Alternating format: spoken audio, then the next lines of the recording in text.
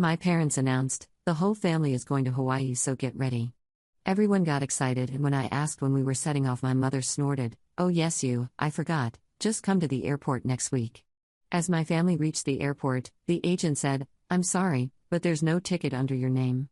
I tried to call my parents about what was happening, but my sister tagged me in a photo, the best beach day with a real family. My kids started crying as they didn't know what was happening. Later, my mother texted, "Oh, sorry, but your sister-in-law wanted to join, so I guess just stay home." I quietly went home. After a week, I got 37 missed calls from my parents saying, "It's urgent, please respond." When I did. My name is Sarah, I'm 32 years old, and I have two beautiful children, Emma, who's 8, and Jake, who's 6. What happened to us that day changed everything, but more importantly, it led to the most satisfying revenge I've ever executed. Let me start from the beginning. My parents, Robert and Linda, have always played favorites. My younger sister Jessica has been the golden child since birth, while I've been the responsible one who took care of everyone else's messes. Jessica married Ryan 2 years ago, and somehow that made her even more precious in our parents' eyes. Meanwhile, I've been a single mother since my divorce 3 years ago, working 2 jobs to keep my kids and me afloat. 3 weeks ago, during our usual Sunday family dinner, my father stood up dramatically and announced with a huge grin, "The whole family is going to Hawaii. 2 weeks in paradise, all expenses paid." Everyone erupted in cheers. Emma and Jake started jumping up and down, already talking about building sandcastles and swimming with dolphins. Jessica squealed and hugged Ryan, while my parents beamed with pride at their generous gesture. I felt a wave of relief wash over me. For once, I wouldn't have to worry about affording a vacation for my kids. They've been asking about going somewhere fun ever since their friends started sharing vacation photos on social media. This felt like a miracle. "When do we leave?" I asked, already mentally calculating how much time I'd need to request off from both my jobs. My mother, Linda, looked at me with this strange expression and let out what could only be described as a snort. "Oh yes, you. I almost forgot. Just come to the airport next week Tuesday, Terminal 3, 10 a.m. sharp." Something about her tone felt off, but I brushed it aside. My parents have always been a bit scattered when it comes to planning. I assume she'd text me the details later. Over the next week, I worked double shifts to save up spending money for Hawaii. I wanted my kids to have everything they wanted: snorkeling gear, souvenirs, maybe even one of those expensive tropical smoothies. I picked up extra housekeeping shifts at the hotel where I worked part-time and pulled overtime at my office job. By the time Tuesday rolled around, I was exhausted but excited. I woke up Emma and Jake at 6 a.m., their suitcases already packed with swimsuits, sun hats, and the new flip-flops I'd splurged on. They were practically vibrating with excitement during the entire Uber ride to the airport. "Mommy, do you think we'll see sea turtles?" Emma asked, pressing her nose against the window as we pulled up to Terminal 3. "I hope so, sweetheart," I replied, checking my phone. Still no detailed text from my mother about flight numbers or gate information, but I figured we'd find the family at check-in. We walked into the bustling terminal, and I spotted my parents, Jessica and Ryan, immediately. They were standing at the Hawaiian Airlines counter with several large suitcases. But something was wrong with this picture. They seemed to be finishing up their check-in process, and there was no sign that they were waiting for us. I approached the counter with my kids in tow, dragging our 3 suitcases behind us. "Hi, we're here for the Johnson family booking to Hawaii," I told the agent, a friendly woman in her 40s with a professional smile. She clicked through her computer system, her smile slowly fading. "I'm sorry, but there's no ticket under your name. The booking shows Robert Johnson, Linda Johnson, Jessica Martinez, and Ryan Martinez.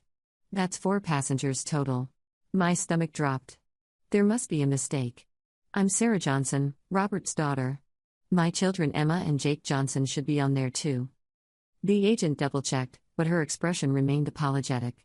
"I'm sorry, ma'am. The reservation was made for exactly 4 passengers, and it's already been checked in and paid for." I felt like the ground was disappearing beneath my feet. Emma tugged on my sleeve. "Mommy, what's wrong? Are we getting on the plane?" I tried calling my mother's phone, but it went straight to voicemail. Then my father's, same thing. Jessica's phone rang, but she didn't answer.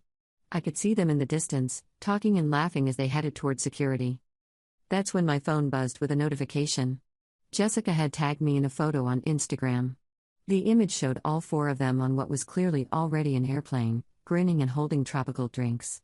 The caption read, The best beach day with the real family, airplane emoji, hibiscus emoji, hashtag Hawaii here we come hashtag family time hashtag blessed.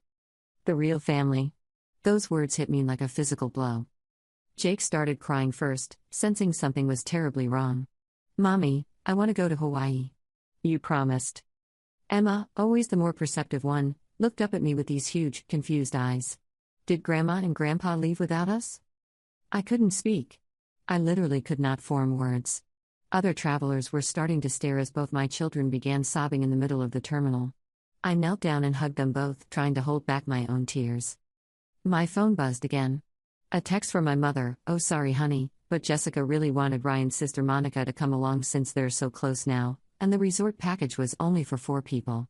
I guess just stay home and we'll bring you back something nice, kissing face emoji, Monica."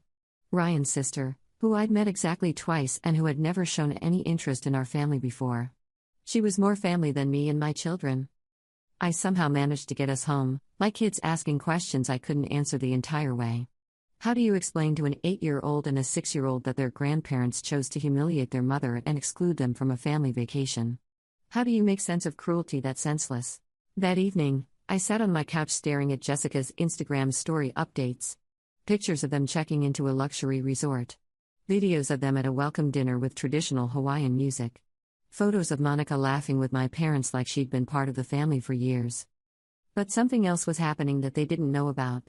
3 months earlier, Ryan had hired an attorney named Margaret Chen to pursue unpaid wages from my father's construction company. Ryan had been working on my father's construction sites for the past year doing professional contracting work, but my father had been paying him sporadically and treating it as casual family help rather than legitimate employment. The week dragged on. More Instagram posts, more evidence of the wonderful time my real family was having without us. Emma and Jake kept asking when we were going to have our own vacation, and I kept making promises I wasn't sure I could keep.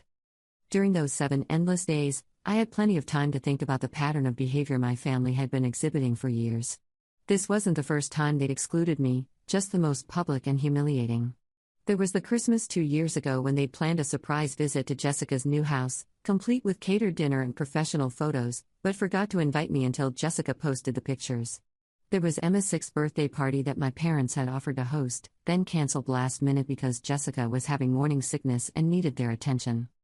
I started keeping a mental list of all the times I'd been the afterthought, the backup plan, the one who was expected to understand and accommodate everyone else's needs while mine were consistently overlooked. The more I thought about it, the angrier I became. But it wasn't just anger. It was clarity. For the first time in my adult life, I was seeing my family's behavior without making excuses for it. I also spent that week diving deeper into the Martinez versus Johnson construction case file. What I discovered made my stomach turn. The safety violations were worse than I'd initially realized. Ryan had been working on sites where my father had knowingly cut corners on scaffolding, electrical work, and protective equipment. The back injury Ryan had sustained wasn't just bad luck, it was the predictable result of my father prioritizing profit over worker safety. There were emails between my father and his insurance company where he'd explicitly stated his intention to classify Ryan as an independent contractor to avoid paying workers' compensation, despite Ryan working exclusively for Johnson Construction for 8 months. There were text messages to his accountant about keeping the Martinez payments off the books until this blows over. My father hadn't just been avoiding payment, he'd been systematically defrauding his own son-in-law while putting his safety at risk. On Thursday of that week, I got a call that changed everything. It was from Margaret Chen, Ryan's attorney, but she wasn't calling about the case. "Ms. Johnson, I hope I'm not overstepping, but I wanted to let you know that Ryan came to see me yesterday. He seemed confused about the scope of work he'd been doing for your father's company." "What do you mean?" "He seems to have been under the impression that he was helping out with occasional family projects. He didn't realize he'd been functioning as a full-time employee. When I showed him the documentation of hours worked and projects completed, he was genuinely shocked." My heart sank. They convinced him it was all just family helping family. "It appears so. Ms. Johnson, I have to ask, are you comfortable with your role in preparing your father's defense?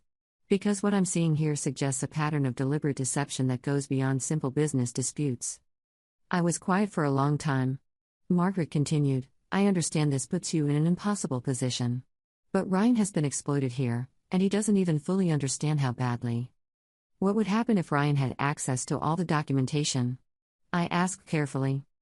With the right evidence, we could pursue not just unpaid wages but damages for fraudulent misclassification, unsafe working conditions, and intentional infliction of emotional distress. We're potentially looking at a six-figure settlement. 6 figures.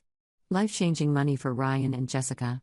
Money that my father had been hoarding while watching his daughter struggle and excluding his grandchildren from family events.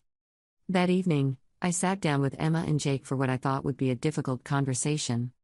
Kids, I need to tell you something about why we didn't go to Hawaii. Emma, wise beyond her 8 years, looked at me seriously. Grandma and Grandpa didn't want us to come. What makes you say that? Because if they wanted us to come, they would have made sure we had tickets like everyone else. They would have talked to you about packing and stuff. They would have been excited to see us at the airport. Jake nodded solemnly. And Monica got to go instead of us, even though she's not even really family. How do you feel about that? I asked, prepared for tears and anger. Instead, Emma shrugged. It makes me sad, but also it makes me not want to go places with people who don't want me there. Yeah, Jake agreed. If they don't like us, why would we want to hang out with them? Their resilience amazed me. They were handling this betrayal with more maturity than the adults in our family. You know what? I said, making a decision that had been building all week. Let's plan our own adventure. Something just for us. Really? Emma's eyes lit up. Really? We'll save up money and go somewhere special, just the three of us. Somewhere we can have fun without worrying about whether anyone wants us there. That weekend, we spent hours looking up destinations online. Not expensive resorts, but places where we could make memories together. A lake house with a small beach. A cabin in the mountains with hiking trails. A city with museums and parks and maybe a baseball game. It felt good to plan something that was entirely ours, something no one could take away from us or exclude us from. On Sunday evening, exactly 1 week after the airport incident, I made my decision about the case file. I called Margaret Chen. Ms. Chen, it's Sarah Johnson. I've been thinking about our conversation, and I have some additional documentation that might be relevant to Ryan's case. What kind of documentation? Bank records showing systematic movement of funds to avoid payment. Email chains discussing worker misclassification. Safety inspection reports that were buried. Evidence of intentional deception spanning several months. There was a pause. Ms. Johnson, are you sure about this? This could significantly complicate your family relationships. My family relationships became complicated the moment they decided to treat my children and me like we don't exist. I'm more concerned about making sure Ryan gets what he's legally owed. This could result in criminal charges against your father. That gave me pause. Despite everything, I didn't want to see my father go to prison. What if he pays everything he owes voluntarily? Full wages, damages, everything? If he makes full restitution quickly and cooperates with correcting the safety violations, the prosecutor might be willing to work with us on avoiding criminal charges. But Sarah, this is a significant amount of money we're talking about. How significant? Based on what you described, we're looking at $40,000 to $50,000 in unpaid wages, plus potential damages that could double that amount. Your father would need to come up with close to $100,000. $100,000? More than I made in 2 years working both my jobs. Money that my father had, sitting in various accounts, while I struggled to pay for basic necessities for my children. Ms. Chen, I'll have the documents to you by tomorrow morning. The next morning, I arrived at work early and spent 2 hours carefully copying every relevant document in the case file. Bank statements, email chains, safety reports, insurance correspondence, payroll records, everything that painted a picture of systematic fraud and worker exploitation. Then, exactly 1 week after they'd left, my phone started buzzing like crazy. Missed call after missed call from my mother, then my father, then Jessica, then Ryan. 37 missed calls in total over the course of 2 hours. I was at work, trying to focus on a deposition summary, when Linda finally managed to reach me. Sarah. Oh, thank God, why haven't you been answering? It's urgent, please, you have to help us. Her voice sounded panicked, completely different from the dismissive tone she'd used at the airport. What's wrong? I asked, though part of me didn't want to know. We're stuck in Hawaii. Our credit cards have been frozen, all of them. The hotel is demanding payment, and they won't let us check out until we settle our bill. We need you to wire us money immediately, at least $8,000. The resort is threatening to call the police if we don't pay by tomorrow. I almost laughed. Almost. Mom, I don't have $8,000. Then borrow it. Use your credit cards. Cash advance. Something. Sarah, they're treating us like criminals here. The manager has been incredibly rude, and other guests are starting to stare. Jessica is having panic attacks. Have you tried calling your bank? Maybe it's just a security hold because you're traveling. Of course we tried that. They said there's some kind of legal hold on our accounts. Something about a lawsuit Robert's involved in. We can't access any of our money. A lawsuit? My blood went cold, and not from sympathy. What lawsuit? I asked, even though I was beginning to have a horrible suspicion. Something with his construction company. Robert says it's nonsense, just some disgruntled contractor trying to cause trouble. But apparently the man filed some kind of emergency injunction to freeze our assets. It's ridiculous. I work as a paralegal at Peterson and Associates, and we had been hired to defend my father against Ryan's lawsuit. As I'd reviewed the case files over the past months, I discovered something disturbing. Ryan wasn't lying. My father had been exploiting his own son-in-law, paying him far below market rate for professional construction work while convincing him it was just family helping family. The amount owed was significant, over $40,000 in unpaid wages, plus damages for unsafe working conditions. Ryan had every right to sue, and my father had been systematically avoiding payment while treating Ryan like unpaid family labor. But here's where it got interesting, and where my family's betrayal was about to come back to haunt them in the most poetic way possible. I had been the one preparing my father's defense, which meant I had access to his financial records and evidence that he'd been deliberately concealing assets to avoid paying Ryan. I also knew that Ryan's attorney had been struggling to prove the extent of asset concealment without access to my father's internal business records. That documentation was sitting in my work files. Bank records showing that my father had been moving money around specifically to avoid paying Ryan. Evidence of deliberate concealment of assets. Email chains where my father instructed his accountant to make the money disappear until this whole thing blows over. 3 days before my family left for Hawaii, Ryan's attorney had called me at work. Ms. Johnson, I know this puts you in a difficult position, but your father's legal team hasn't been cooperating with Discovery. We're missing critical financial documents that we know exist. Without them, we can't prove the extent of asset concealment. I told him I'd get back to him. And then my family had left me at the airport. So when my mother called begging for money while my sister posted pictures of Monica living my children's dream vacation, I made a decision that would change everything.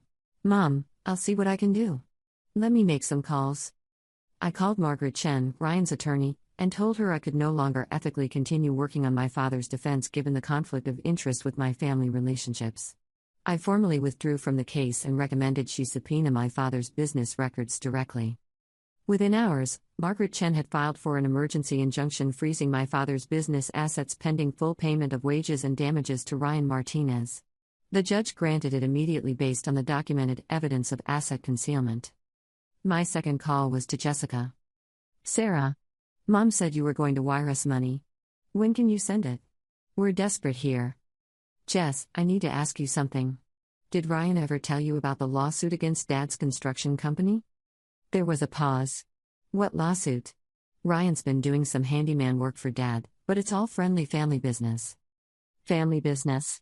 Ryan had been working for my father for months, doing backbreaking labor, and my family had convinced him it was all just casual family help. They'd been exploiting him while simultaneously treating him like he was more family than me. Jessica, Ryan filed a lawsuit against Dad 3 months ago for unpaid wages. Over $40,000. That's impossible. Ryan would have told me if Dad owed him money. Would he? Or would you have just dismissed it like you dismiss everything that doesn't fit your perfect family narrative? I could hear her getting defensive. Sarah, what are you trying to say? I'm saying that the reason your credit cards are frozen is because Ryan's attorney filed an injunction to freeze Dad's assets until he pays your husband what he owes him. And I'm saying that I was the paralegal working on Dad's defense until you all decided I wasn't real family. The silence on the other end stretched for a long time. You didn't, she finally whispered. I provided the financial evidence that Ryan's attorney needed to prove Dad was hiding assets. Evidence I had access to because I was working on the case. Evidence that shows Dad owes your husband over $40,000 and has been deliberately avoiding payment. Sarah, you can't do this to us. We're your family. No, Jessica. Monica is your family. The real family, remember? You made that very clear. I hung up. Over the next few hours, my phone exploded with calls and texts. My parents, Jessica, Ryan, even Monica somehow got my number and called to scream at me. The messages ranged from pleading to threatening to promising they'd make it up to me if I just helped them out of this mess. But the most satisfying call came from Ryan himself. "Sarah, I don't understand what's happening. Jessica says you did something with my lawsuit, but I've been working with my attorney for months on this." "Ryan, you knew about the lawsuit. You hired Margaret Chen to pursue the $40,000 Dad owes you for construction work." "Right, but I thought it would take years to resolve. I never expected the assets to be frozen so quickly. They were frozen because I stopped working on Dad's defense team due to conflict of interest. Without me protecting his legal strategy, Margaret was able to get the court order she needed." I could hear Ryan talking to someone else, presumably Jessica, in the background. Their voices got heated quickly. "Sarah," Ryan came back on the line, "Jessica says you sabotaged our vacation to get revenge." "Ryan, I provided your attorney with evidence that my father has been deliberately hiding assets to avoid paying you what you're legally owed. The vacation got sabotaged the moment my father decided to steal from his own son-in-law while treating his daughter and grandchildren like they don't exist." Another long pause. $40,000? Plus damages for the unsafe working conditions. Your attorney can explain everything. That was the last I heard from any of them for 3 days. During those 3 days, I learned more about what was happening in Hawaii through some unexpected sources. It turns out that Monica had been posting very different content on her private Instagram stories, content that painted a much less glamorous picture of the perfect family vacation. A close mutual friend of mine and Monica's showed me Monica's Instagram stories from Hawaii. Pictures of my parents arguing with hotel staff in the lobby. Videos of Jessica crying in the resort restaurant. Photos of Ryan looking confused and overwhelmed while trying to make phone calls to banks and credit card companies. But the most revealing posts were Monica's commentary. Awkward family drama on what was supposed to be a relaxing vacation, rolling eyes face emoji, and some people really need to learn to manage their finances better, and thank God this isn't my real family. Monica, the woman who had been welcomed into our real family while my children were excluded, was now publicly mocking my parents' financial crisis and distancing herself from the situation she had indirectly caused by taking our seats on the trip. I also learned from my colleagues at Peterson and Associates that the asset freeze had revealed additional financial irregularities in my father's business practices, but those were separate issues from Ryan's case. Margaret Chen called me on Wednesday with an update. "Sarah, your documentation has confirmed what we needed to prove about deliberate asset concealment. The state may also investigate Johnson Construction's labor practices, but that's separate from Ryan's settlement. How much will the settlement be?" "Based on documented unpaid wages and damages, we're looking at around $45,000. I felt a complicated mix of satisfaction and guilt. On one hand, my father had brought this on himself through years of dishonest business practices. On the other hand, this was going to affect my mother too, and despite her cruelty at the airport, I didn't necessarily want to see her lose her home. But then I remembered Emma and Jake crying in the airport terminal while my parents boarded a plane to paradise with someone else's children in mind, and the guilt faded. Meanwhile, I was getting updates from my colleagues at Peterson and Associates about the Hawaiian situation. The freeze on my father's assets was comprehensive. His business accounts, personal savings, the joint account with my mother, everything. The Hawaiian resort had threatened legal action when my parents couldn't pay their extended bill, but when they learned about the temporary asset freeze, they agreed to accept a payment plan. My family was stuck in Hawaii, but not because they couldn't afford to come home. The airline tickets were round-trip, already paid for. They were stuck because they'd been living it up at an expensive resort for a week, running up bills they couldn't pay, and now they were facing the consequences. But the real satisfaction came when I found out what had happened with Monica. Apparently, when the financial crisis hit and my parents started panicking, Monica had immediately distanced herself from the situation.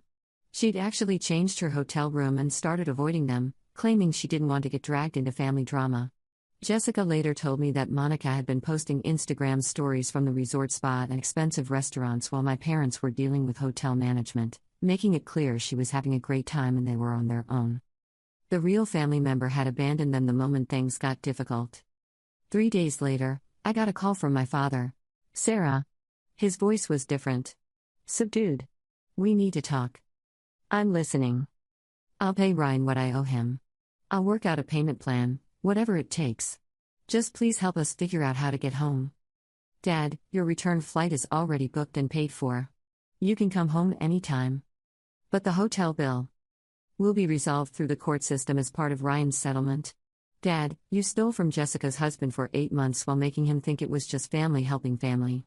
Then you excluded me and my children from a family vacation while including someone who barely knows us. What exactly did you think was going to happen? I never meant for things to go this far. You mean you never meant to get caught? He was quiet for a long time.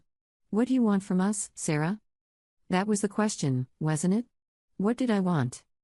I want you to come home and face the consequences of your actions. I want you to pay Ryan every penny you owe him plus damages. I want you to acknowledge that what you did to us at the airport was cruel and inexcusable. And I want you to understand that there are consequences when you treat people like they don't matter. And then we can go back to normal? Normal? As if normal had been working for any of us. Dad, normal was me working 2 jobs while you lived in a 5-bedroom house. Normal was my kids having no college fund while you planned expensive vacations. Normal was you stealing from Ryan while he injured his back working for you. Normal was you treating Monica like more family than your own daughter and grandchildren. I don't want normal. When they returned from Hawaii 3 days later, the dynamic had completely shifted. Jessica and Ryan weren't speaking to my parents. Monica had apparently blocked all of them on social media. My mother kept calling me trying to smooth things over, but for the first time in my adult life, I wasn't rushing to fix everyone else's problems. Ryan's settlement was finalized within 2 months for $45,000, the full amount of unpaid wages plus damages. My father had to liquidate business assets to pay it. My parents had to sell their house and move into a smaller place.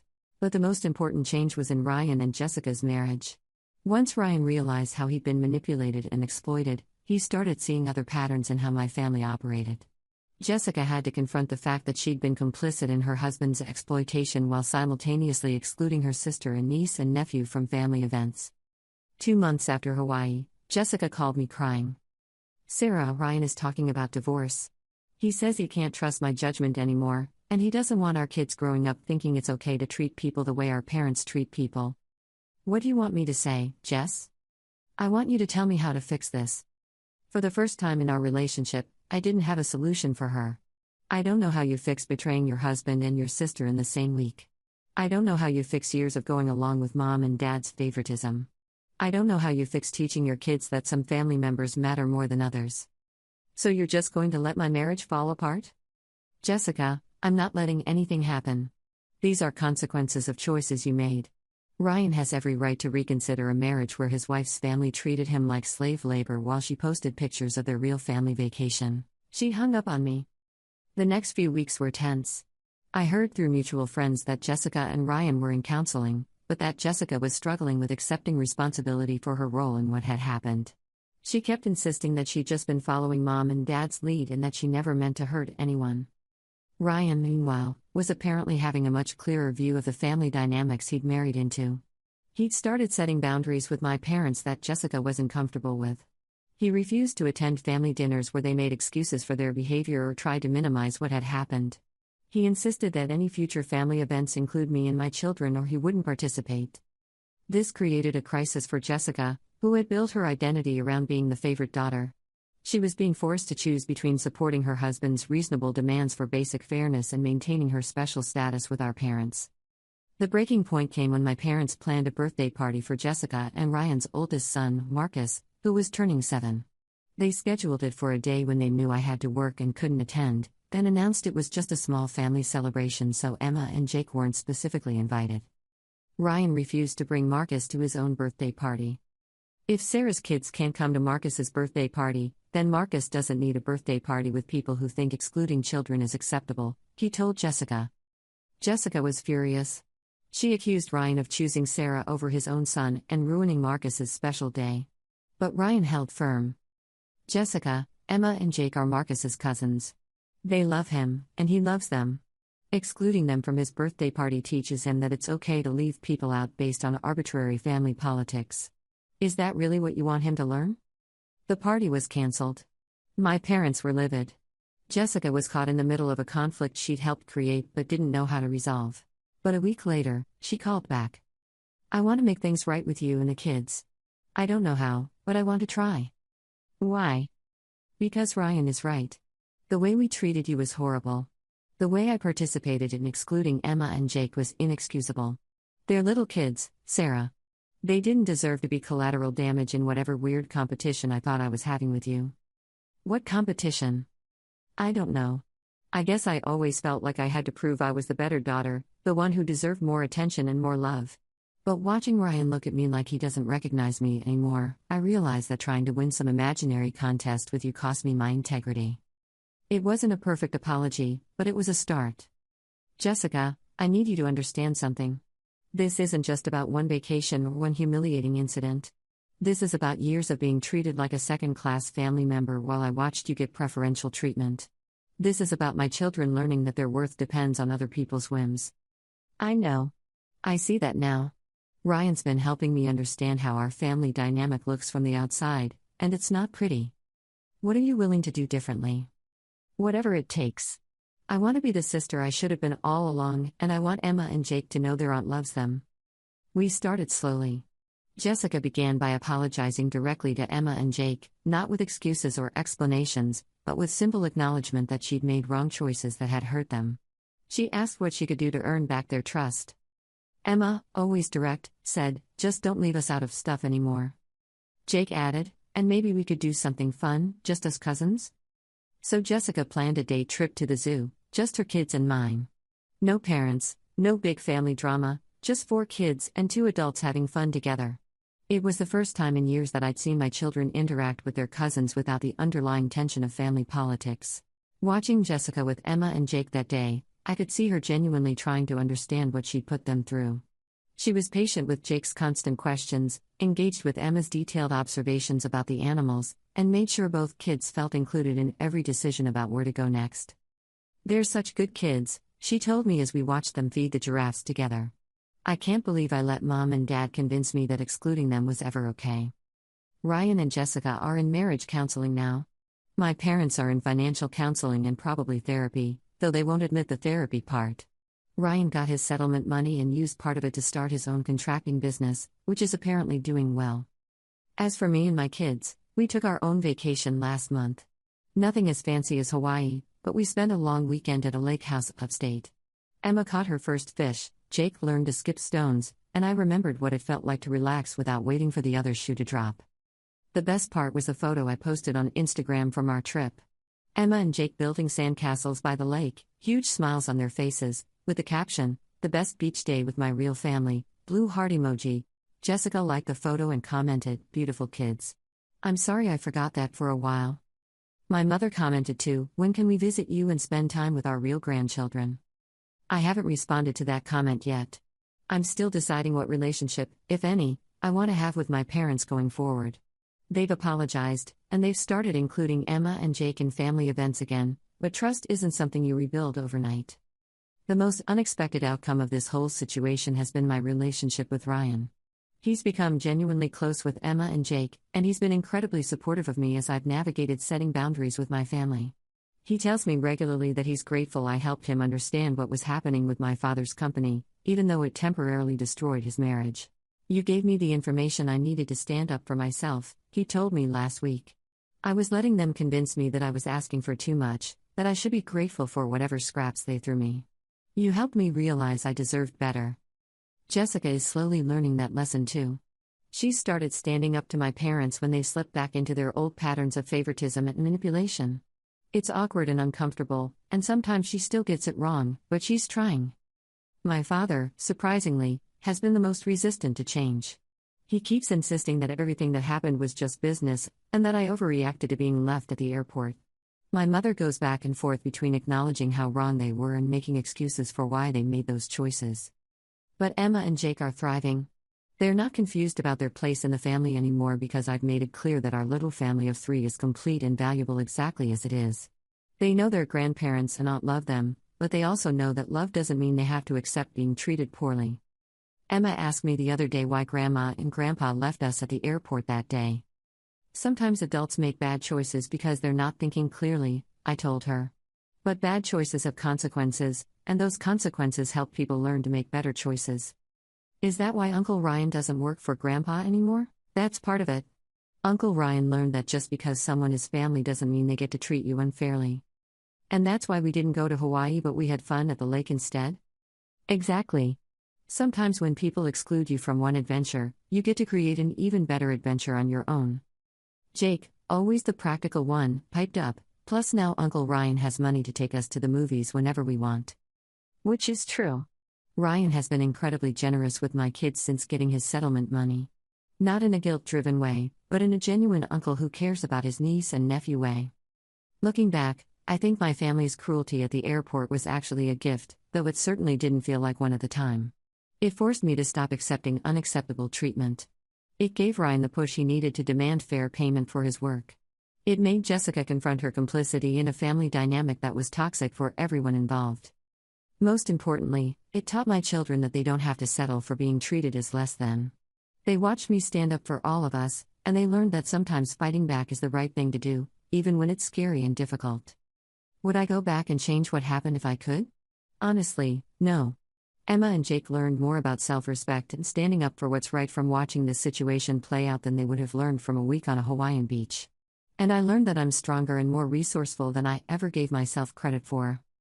My parents' credit cards might not be frozen anymore, but their automatic access to my forgiveness is permanently suspended. These days, they have to earn it, one small gesture of genuine respect at a time.